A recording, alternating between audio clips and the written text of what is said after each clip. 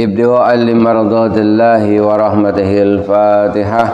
أعوذ بالله من الشيطان الرجيم. بسم الله الرحمن الرحيم. الحمد لله رب العالمين الرحمن الرحيم مالك يوم الدين إياك نعبد وإياك نستعين اهدنا الصراط المستقيم صراط الذين أنعمت عليهم غير المغضوب عليهم ولا الضالين رب اغفر لي ولوالدي وللمؤمنين آمين.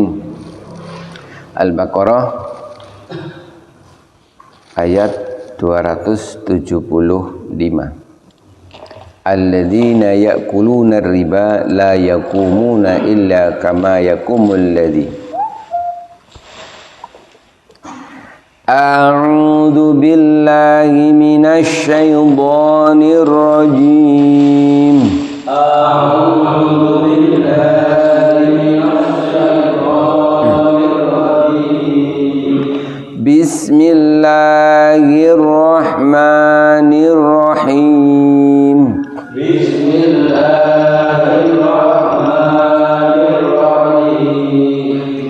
Alladzina ya'kuluna riba la yaqumuna illa kama yaqumul ladzi yatakhabbathu asyaitanu minal mas.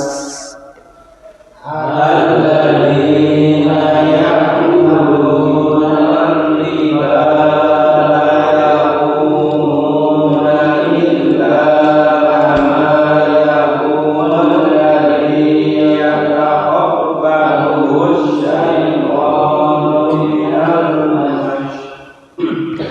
Dzalika bi'annahum qalu innamal bai'u mislur riba. Dzalika bi'annahum qalu innamal bai'u mislur riba. Wa ahallallahu al-bai'a wa harrama ar-riba.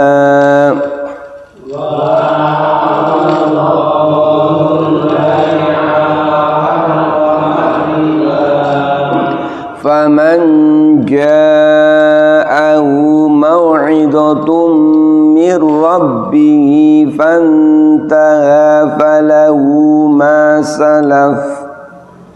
Faman ja'ahu maw'idatun mir rabbih fantaha falahu ma salaf wa amruhu ilallah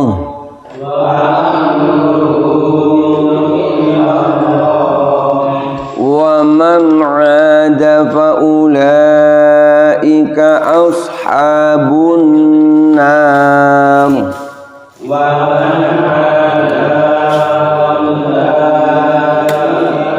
ashabun nar hum fiha khalidun.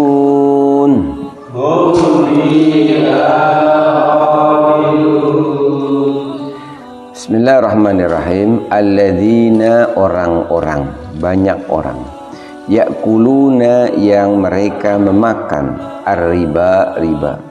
La yakumuna maka mereka pada hari kiamat nanti tidak akan bisa berdiri tegak illa kama yakumu kecuali bisa berdirinya seperti alladzi orang yatakhabbatuhu syaitanu minal masi yang kerasukan setan dalam dirinya minal masi seperti gila.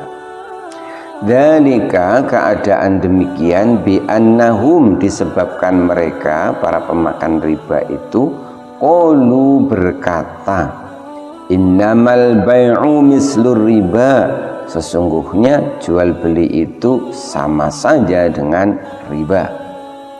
Wa ahallallahu, padahal Allah telah menghalalkan al-bai'a, jual beli, wa harramar riba, dan Allah mengharamkan riba.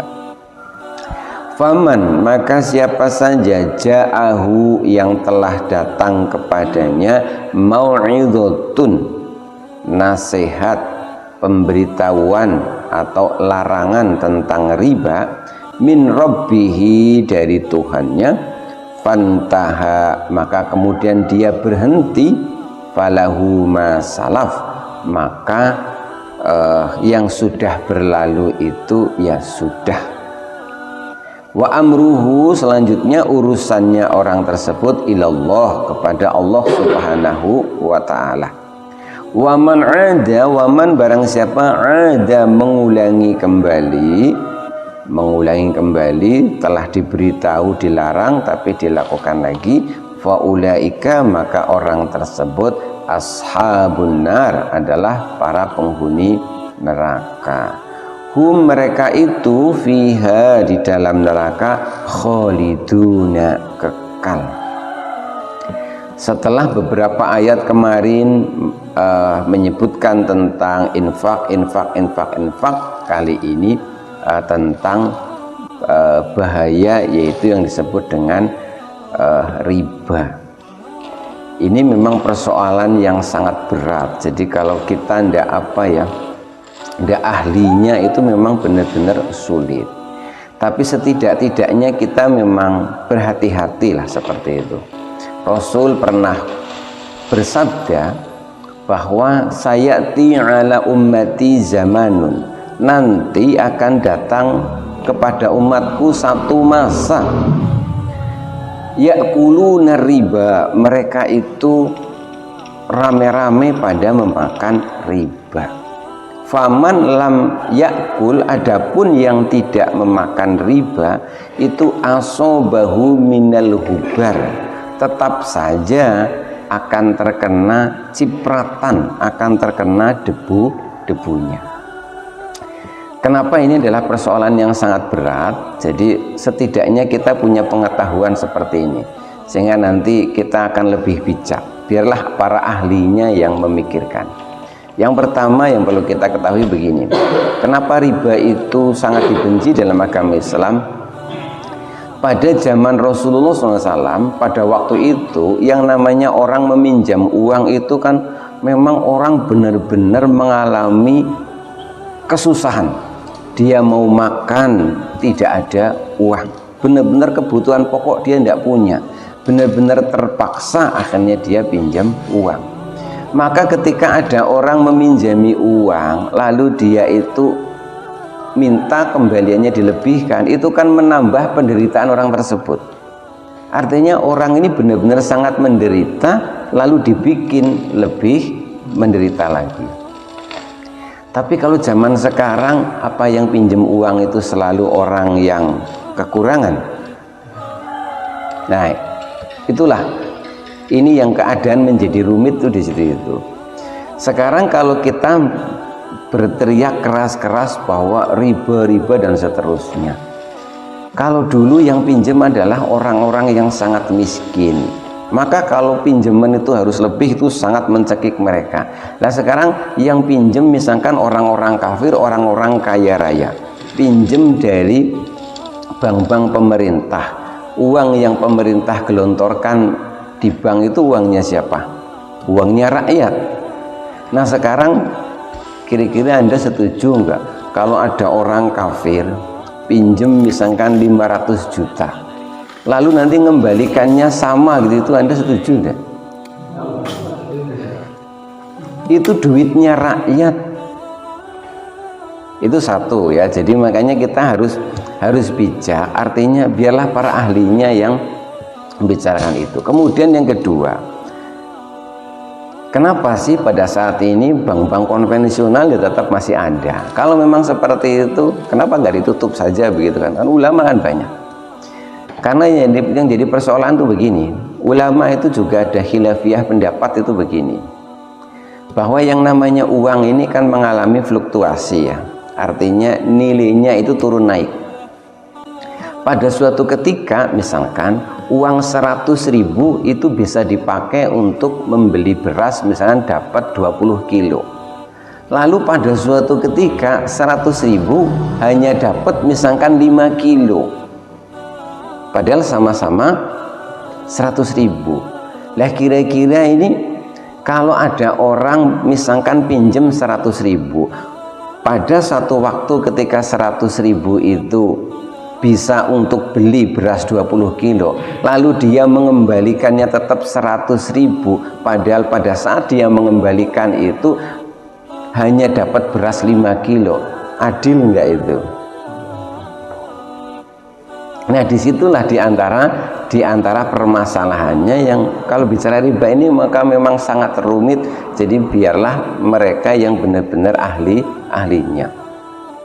Tetapi kita paling tidak itu memang ada ikhtiar lah, usaha untuk menghindarkan diri. Misalkan seperti ini, kalau kita berinvestasi, kalau kita minjemi orang, itu memang amannya itu jangan uang. Karena apa? Karena nilainya ini rubah-rubah begitu loh ya. Kalau sekarang misalkan kita beli emas 1 gram itu 500.000, lalu kita ngalami satu waktu 1 gram jadi 800.000, boleh nggak kita dapat untung itu? Boleh saja. Sama dengan begini, kalau kita minjemi itu lebih amannya kalau mau nggak kena riba. Kalau kita mau minjemi tulus, yang dipinjamkan uangnya besar, sementara kita juga butuh uang, maka amannya pinjamkan barang saja, misalkan emas. Jadi ada orang mau pinjam misalkan 10 juta, kita ndak enak, kita mau minjemi kan, mendingan uang 10 juta itu belikan emas dulu, dapatnya berapa gram begitu. Misalkan 10 juta itu dapatnya kira-kira berapa gram sekarang? Misalkan 500.000 lah segram, berarti berapa? 20 ya. Pinjamkan aja, ini aku punya emas 20 gram, saya nggak bisa minjamkan uang, yang penting besok kapan kau mau mengembalikannya jangan uang, pokoknya saya minta kembalikannya tetap emas. Nah begitu, maka yang seperti itu aman. Kenapa? Karena yang begitu itu tidak dilarang. Nah kalau uang, masalahnya uang itu kan tidak boleh diperjualbelikan begitu. Jadi aturannya itu seperti itu, uang tidak boleh diperjualbelikan. Uang itu adalah alat transaksi, yang boleh diperjualbelikan itu adalah barang dan jasa. Jadi kalau mau aman itu adalah seperti itu. Kemudian kalau terpaksa, misalkan terpaksa kita berurusan dengan sesuatu yang ada unsur ribanya, misalkan, pokoknya jangan sekali-kali misalkan kita itu berniat itu untuk mendapatkan hasil. Misalkan saya punya uang 1 miliar begitu ya, aduh pegang uang 1 miliar itu kok repot ya. Bagusnya memang daripada nyimpen uang itu belikan barang saja, investasi ya, belikan tanah atau belikan apa yang kira-kira nilainya itu tidak turun begitu ya. Kalau dibelikan kendaraan kan nilainya itu turun ya. Kalau misalkan terpaksa harus nyimpen uang, ya jangan sampai kita terus ada niat itu, saya mau simpen uang 1 miliar, nanti kan 1 bulan saya dapat. Nah itu jangan sampai ada niat begitu. Mending diinvestasikan saja, misalkan dalam bentuk usaha, ada teman butuh usaha, misalkan bagi hasilnya yang jelas itu bagaimana, itu lebih aman. Kemudian dalam masalah pinjam meminjam, yang tidak diperbolehkan itu kan kalau misalkan di awal akad itu sudah ada persyaratan. Lalu bagaimana kalau ada orang misalkan kita misalkan pinjam, lalu ketika kita balikin kita punjuli, itu juga jangan serta-merta itu disalahkan, karena Rasul itu juga pernah mempraktekkan begini. Rasul itu pernah pinjam seekor unta, untanya masih muda. Saat mau mengembalikan, Rasul tidak punya unta yang sama-sama muda, adanya yang sudah berusia lebih tua. Sebenarnya lebih mahal itu, tetapi dengan kerelaan itu kemudian diberikan doijol. Maksudnya bolehlah kalau kita misalkan pinjam meminjam dengan sama manusia, misalkan wong kita telah ditolong oleh saudara kita misalkan, maka sebagai bentuk terima kasih kita boleh misalkan kita pinjam 100 juta terus sambil kita balikin uang lalu kita munjuli. Yang penting itu jangan sampai dipersyaratkan di awal ya, itu sebagai bentuk mungkin rasa terima kasih atau apa aja. Yang penting jangan sampai dipersyaratkan di awal. Juga jangan sampai itu ditradisikan seakan-akan itu pasti harus ada. Jadi itu ya biasa saja, kalau kita ada kelebihan rezeki, ada kelonggaran ya kita kasih, enggak ya enggak, begitu itu. Intinya tidak dipersyaratkan di awal. Jadi seperti itu tentang riba ini memang benar-benar sangat berat. Soalnya kalau kita itu hanya waton berteriak-teriak haram seperti itu, sekarang apa yang tidak berurusan dengan bank? Kan begitu kan ya? Jalan-jalan itu dibangun dengan uang apa? Masjid ini dibangun dengan uang apa? Kan mungkin ada juga kita tidak tahu kan begitu kan ya. Jadi ya biarlah mereka para ahlinya yang memikirkan. Mau sampai sekarang ini juga belum ketemu apa solusi yang paling pas begitu itu. Nah, solusi yang bisa kita lakukan diantaranya ya secara pribadi, yuk kita tingkatkan lagi hubungan kekerabatan, rasa tenggang rasa tolong menolong dengan orang lain, suka menolong dengan lingkungan dan seterusnya. Sehingga jangan sampai karena setiap orang itu jadi kapitalis semuanya, jadi hanya memikirkan dirinya sendiri, memupuk kekayaan diri sendiri. Akhirnya yang terjadi kan kemiskinan itu di mana-mana. Akhirnya merebak di mana-mana, orang jadi terlilit hutang dan sebagainya. Coba kalau semua orang itu sudah punya rasa kepengen menolong orang begitu ya. Semua orang yang merasa dilapangkan rezekinya itu terus berpikir bagaimana caranya aku harus menolong saudaraku, aku harus menolong tetanggaku dan seterusnya. Ya inilah salah satu cara yang bisa kita lakukan agar masyarakat kita itu tidak terjebak di dalam tradisi hutang piutang yang ujung-ujungnya terjebak dalam masalah riba. Nah, kalau keadaan sekarang seperti ini, ya kita yang bisa kita lakukan ya banyak-banyak beristighfar pada Allah. Ya keadaan seperti ini ya Allah, mudah-mudahan kita di ngapura gitu saja ya. Nabi saja sudah memprediksi saya di zamanun, memang akan datang satu zaman nanti ngala ummati yaquluna riba. Banyak orang itu seakan-akan itu jadi biasa itu. Dan orang yang tidak memakan riba itu asobahu minal hubar, tetap saja kena cipratan. Jadi seperti debu-debu di jalanan itu ya sulit kita untuk bersih, tidak kena cipratannya, memang sangat berat. Demikian, mudah-mudahan kita bisa mengambil hikmahnya. Ya mudah-mudahan Allah Subhanahu wa taala senantiasa mengampuni dosa-dosa kita, memberi kita kekuatan untuk bisa menjaga diri kita dengan sebaik-baiknya. Billahi taufiq wal hidayah wa ridha wal inayah. Wassalamualaikum warahmatullahi wabarakatuh.